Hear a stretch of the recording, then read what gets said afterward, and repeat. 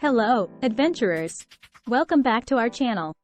Today, we're taking a journey through time in the old town of Semarang, a place where history whispers from every corner.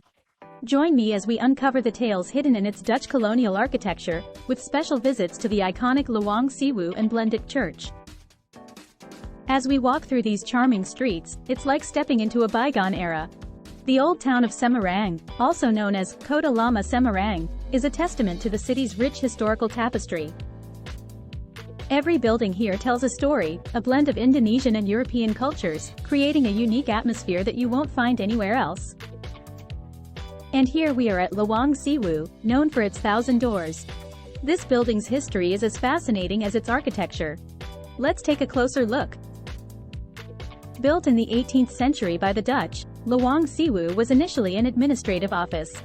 It's also known for its haunting past during the World War II era. Today, it stands as a symbol of history and a favorite spot for history buffs and ghost story enthusiasts. Just a short walk from Lawang Sewu is the Blenduk Church, one of the oldest churches in central Java. The church's dome and neoclassical style are simply stunning.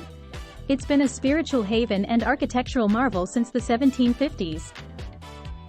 As we wind down our tour of Semarang's Old Town, it's clear that this area is not just about the buildings.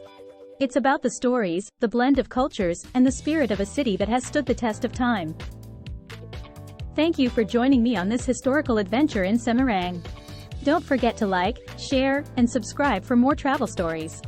Stay curious, and keep exploring.